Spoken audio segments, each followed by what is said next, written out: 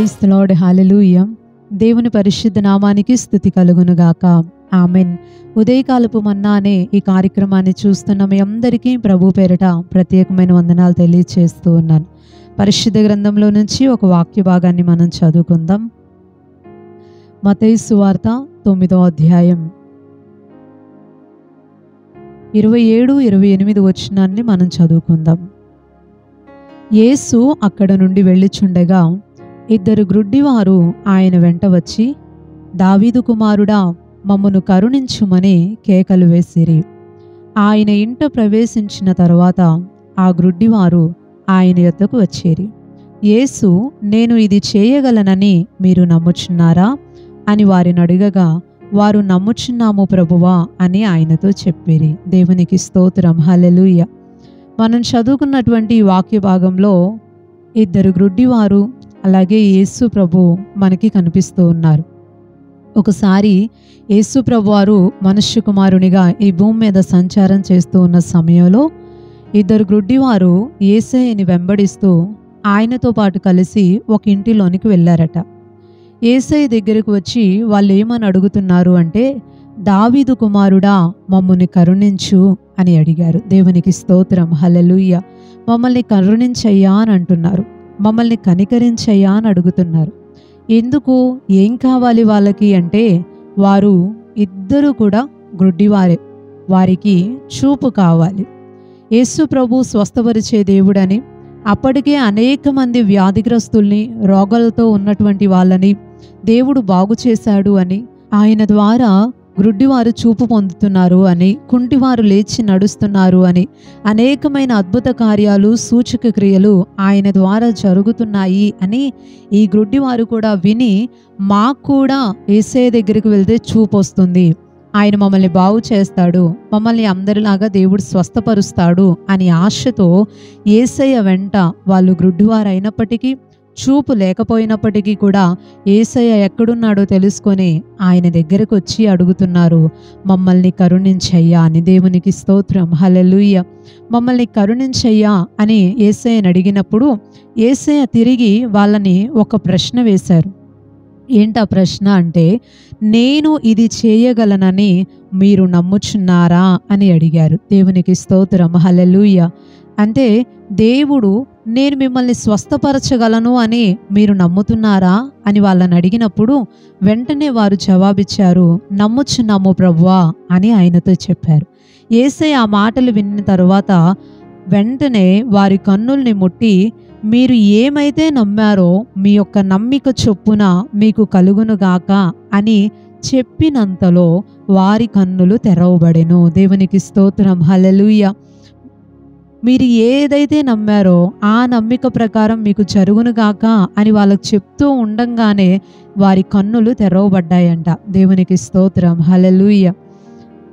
యేసయ్య వారి దగ్గరకు వచ్చినటువంటి వాళ్ళని మీరు నమ్ముతున్నారా అని అడిగారు. అంటే దేవుడు కన్నులు తెరవటానికి, వారి విషయంలో ఒక అద్భుతమైన కార్యం జరగటానికి, వారు చూపును పొందుకోవటానికి, వారికి ఉన్నటువంటి అవసరం తీర్చబడటానికి దేవుణ్ణి నమ్మటం అనేది ప్రాముఖ్యంగా భావించాడు. దేవునికి స్తోత్రం, హల్లెలూయా. నిజమే, బైబిల్ గ్రంథంలో మనం చాలా మందిని గమనించినప్పుడు యేసయ్య ప్రతి ఒక్కరి విషయంలో కూడా మీరు నమ్మినట్టుగా మీకు అవునుగాక, మీ విశ్వాసం మిమ్మల్ని స్వస్థపరుస్తుంది, అమ్మా నీ విశ్వాసం చాలా గొప్పది, నీవు ఏదైతే నమ్మావో అది జరుగుతుంది అంటూ దేవుడు చాలా సందర్భాలలో విశ్వాసాన్ని గురించి, నమ్మకం గురించి దేవుడు తెలియచేస్తూ అనేక మంది విషయాలలో విశ్వాసాన్ని బట్టే దేవుడు కార్యాలని చేశాడు. దేవుడు ఒక వ్యక్తి జీవితంలో గొప్ప కార్యాలు చేయాలి అంటే, అద్భుతాలని చేయాలి అంటే, వారికి ఉన్నటువంటి అవసరాలు తీర్చబడాలి అంటే, వారి విషయంలో దేవుడు పట్టించుకొని సహాయపడాలి అంటే, దేవుడు వారి ఎడల కనికరాన్ని చూపించాలి అంటే, వారికి దేవుని పైన నమ్మకం అనేది చాలా చాలా అవసరం. దేవునికి స్తోత్రం, హల్లెలూయా. నాకు అనిపిస్తూ ఉంటుంది, వారిద్దరూ కూడా గ్రుడ్డివారే. చూపు లేకుండా ఒక వ్యక్తి నడవటం అనేది, జీవించటం అనేది చాలా కష్టతరమైనటువంటి విషయం.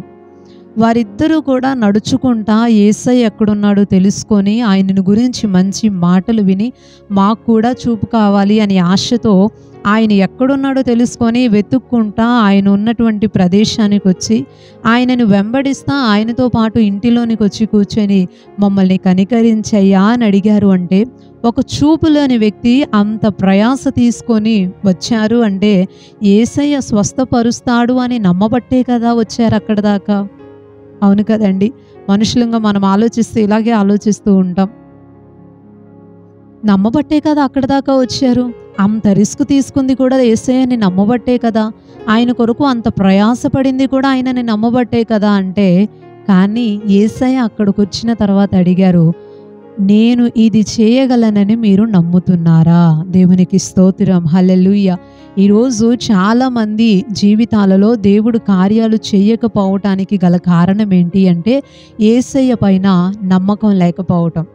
ఈరోజు నేను ఏదైతే ఆలోచించి ఇప్పుడు మాట్లాడానో, ఏదైతే ఈ యొక్క మాటలు మన కళ్ళ ముందు కనిపిస్తున్నాయో, ఆ మాటల్ని బట్టి ఆలోచిస్తే వాటిలాగే చాలామంది ప్రజలు అనుకుంటున్నారు, నేను మందిరానికి వస్తున్నాను కదా, ప్రభువుని నమ్ముకున్నాను కదా, రక్షణ పొందాను కదా, పరిచర్య అంటే చేస్తున్నాను, కానుకలంటే ఇస్తున్నాను, మందిరంలో ఏ పనైనా సరే మారు మాట్లాడకుండా నేను హెల్ప్ చేస్తున్నాను, సహాయపడుతున్నాను, నా కష్టాన్ని ఇస్తున్నాను, లేకపోతే నేను ప్రయాసపడుతున్నాను, దేవుని కోసం ఏదంటే అది చేస్తున్నాను, దేవుడు నాకెందుకు చేయలే, చేస్తాడు అని చాలామంది అనుకుంటూ ఉంటారు.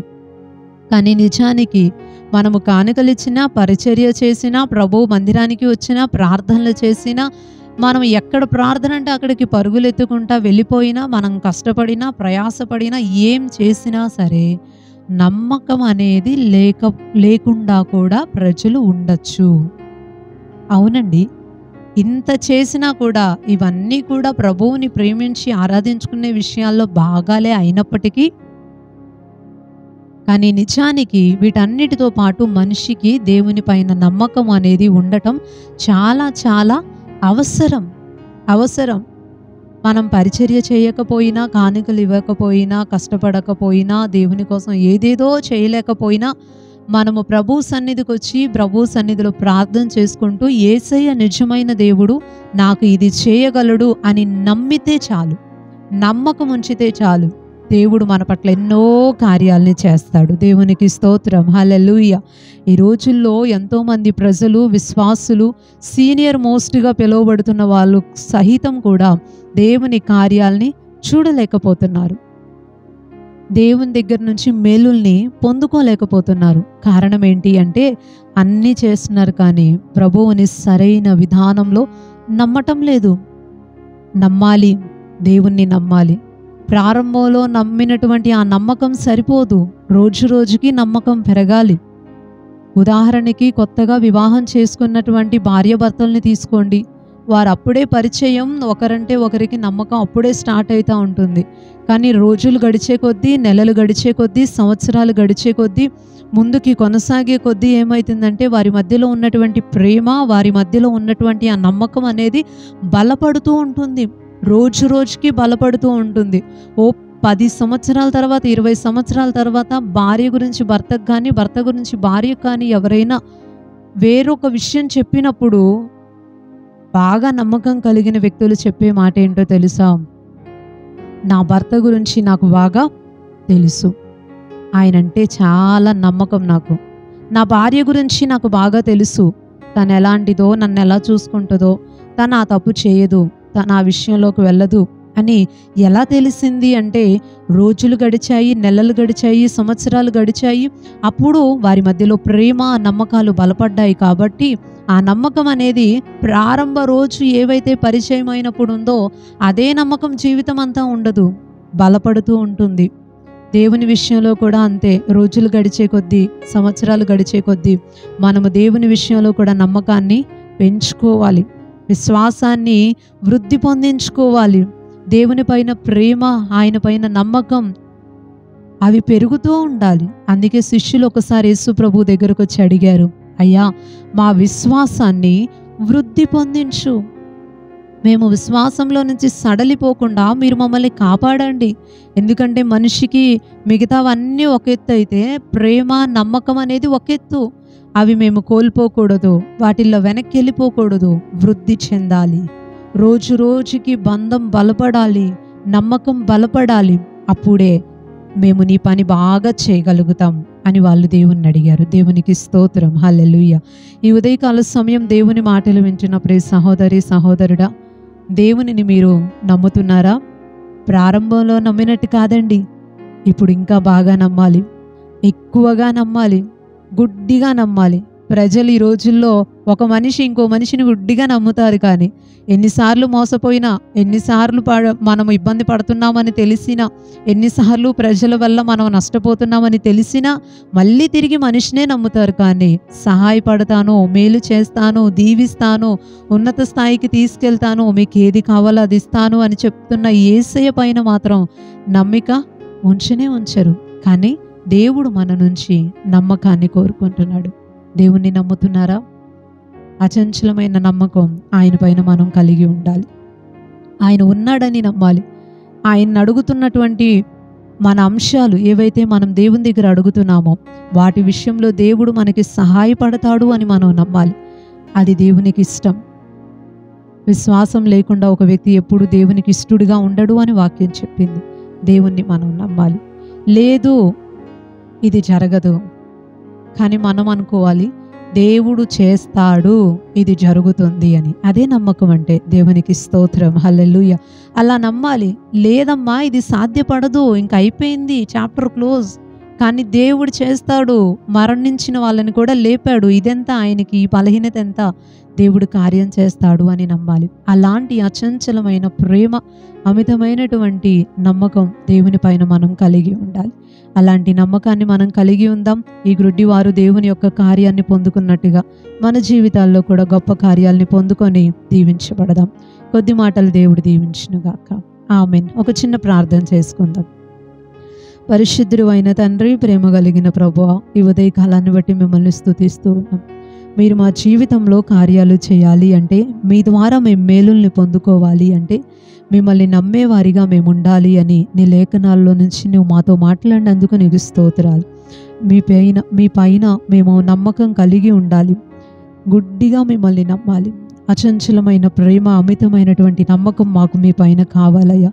మా విశ్వాసాన్ని వృద్ధి పొందించండి. ఆశతో ఈ మాటలు విని ప్రార్థించుకుంటున్న ప్రతి ఒక్కరి జీవితాలలో విశ్వాసం ద్వారా కలిగే కార్యాలను మీరు జరిగించండి. ఈ ఉదయకాలపు దీవెనలతో దీవించి ప్రతి ఒక్కరి ప్రయాణాలలో, పనుల్లో మీరు తోడుగా ఉండి క్షేమాన్ని సహాయం చేయమని వేడుకుంటూ, ఉదయకాలపు దీవెనలతో మీరు దీవించి వారి చదువుల్లో, వారి పనుల్లో, వారి భవిష్యత్తుల్లో నీ యొక్క అద్భుతమైన కార్యాలను జరిగించమని వేడుకుంటూ, నీ ద్వారా కలిగే సంతోషం, సమాధానం, ఐక్యత, ప్రేమలు అందరి కుటుంబాల్లో, మనస్సుల్లో మీరు సహాయం చేయమని మొరపెట్టుకుంటూ, నజరేయుడును శక్తి కలిగిన యేసుక్రీస్తు వారి శ్రేష్టమైన నామంలో ఈ ప్రార్థన అడిగి వేడుకుంటున్నాం పరమ తండ్రి.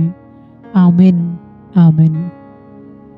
అందరికీ ప్రైజ్ ది లార్డ్ అండి. మరలా తిరిగి రేపు ఉదయకాల సమయం ఉదయకాలపు మన్నా అనే ఈ కార్యక్రమంలో పాల్గొని దేవుని మాటలు విని దీవించబడదాం. అప్పటి వరకు దేవుని మహా గొప్ప కృప మనందరికీ తోడైండును గాక. ఆమెన్. Praise the lord.